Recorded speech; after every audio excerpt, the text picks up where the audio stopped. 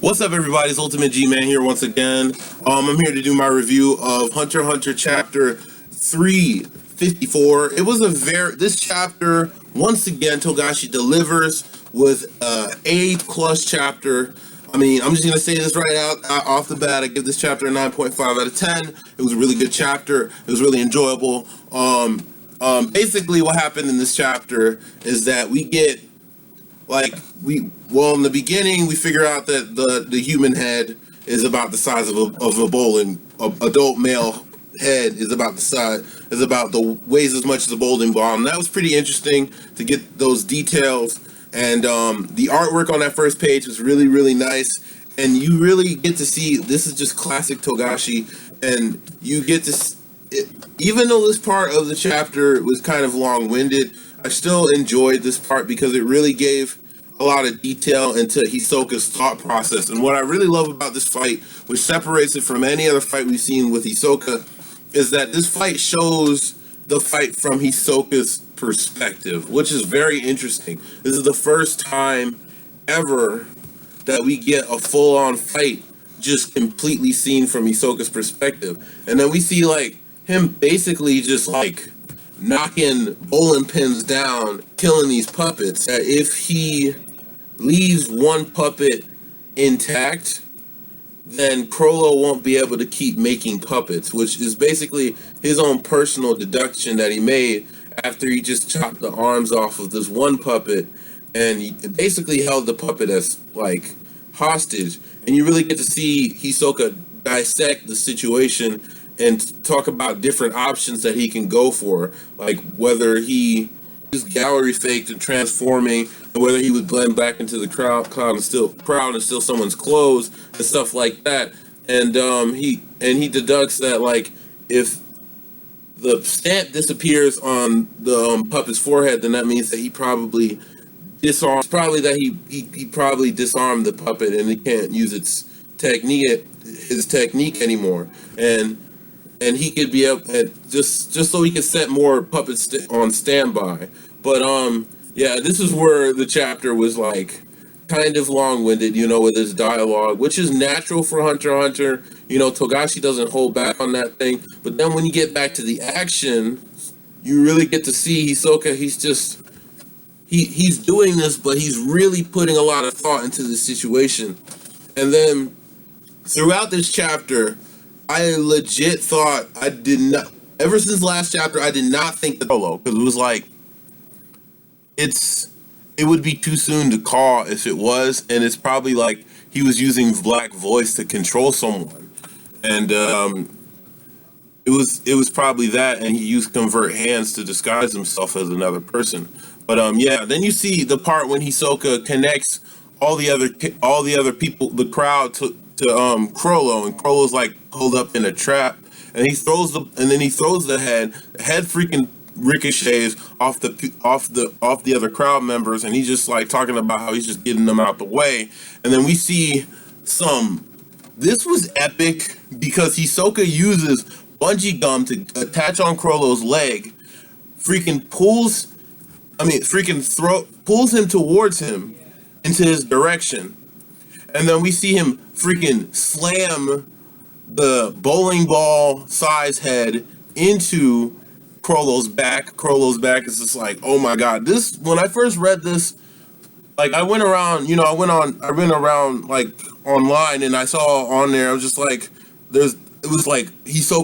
Crollo's dead. I'm oh my god. So when I actually read this chapter at this part, I legit thought he was dead. I legit thought he was killed. I just thought Hisoka freaking slammed it and broke his ribcage. Boom. Crollo's dead. But no, we figure out that that's just another copy.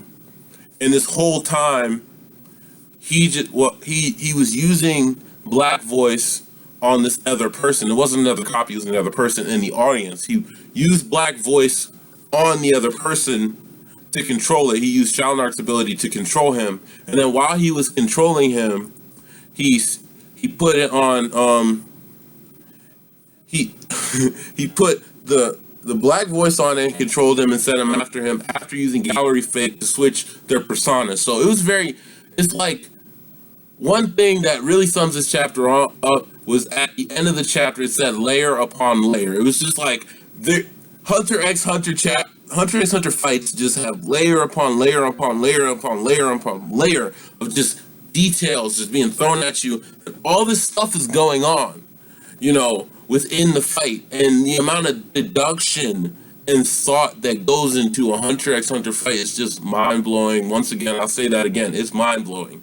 So yeah, it really does separate Hunter x Hunter from every other shonen, which is displayed in this fight. When you see on the last page, I'm going to say this verbatim, what makes it truly troublesome is not the fact that that once affixed, the seals won't never disappear until they explode, but that the copies that have been marked with the seal won't disappear. And that was really interesting because it's like, now he has like 2 abilities that are a big deal.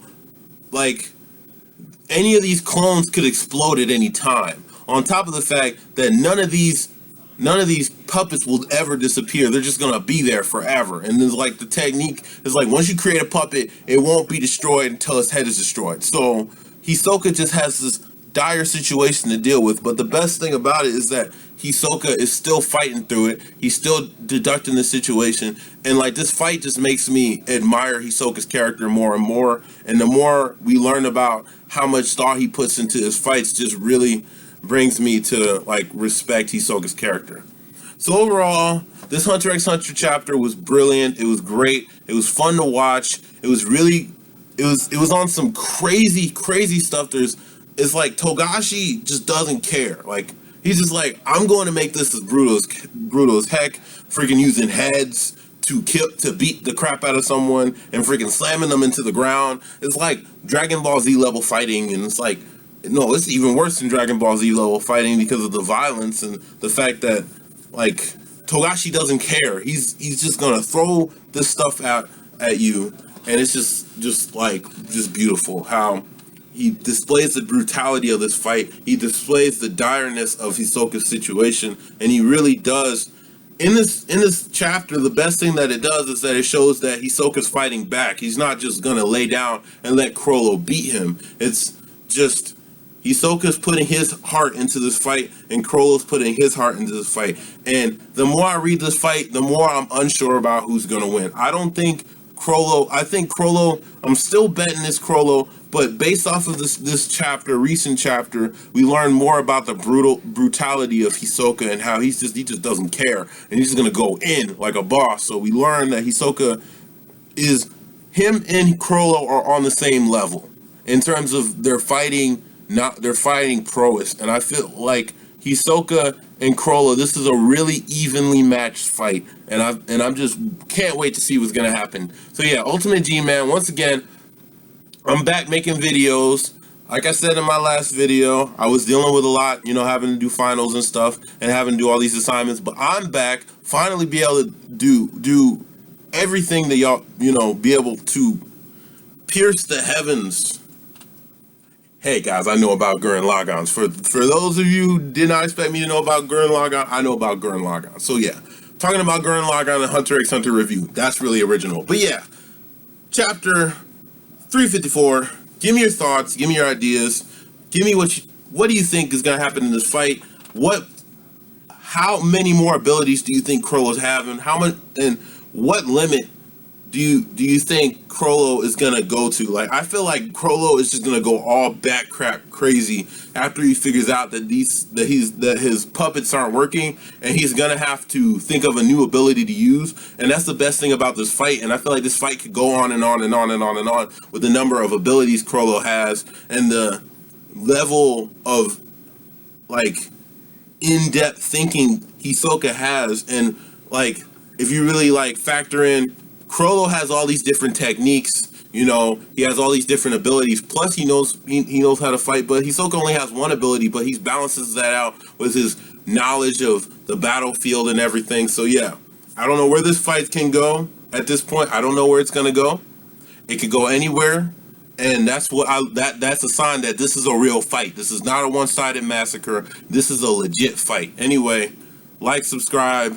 If you're new to this channel, subscribe, because yeah, this is a great channel. We all come together you know, talk about anime, talk about different stuff. But yeah, that's it for you guys. You guys are awesome. Peace out.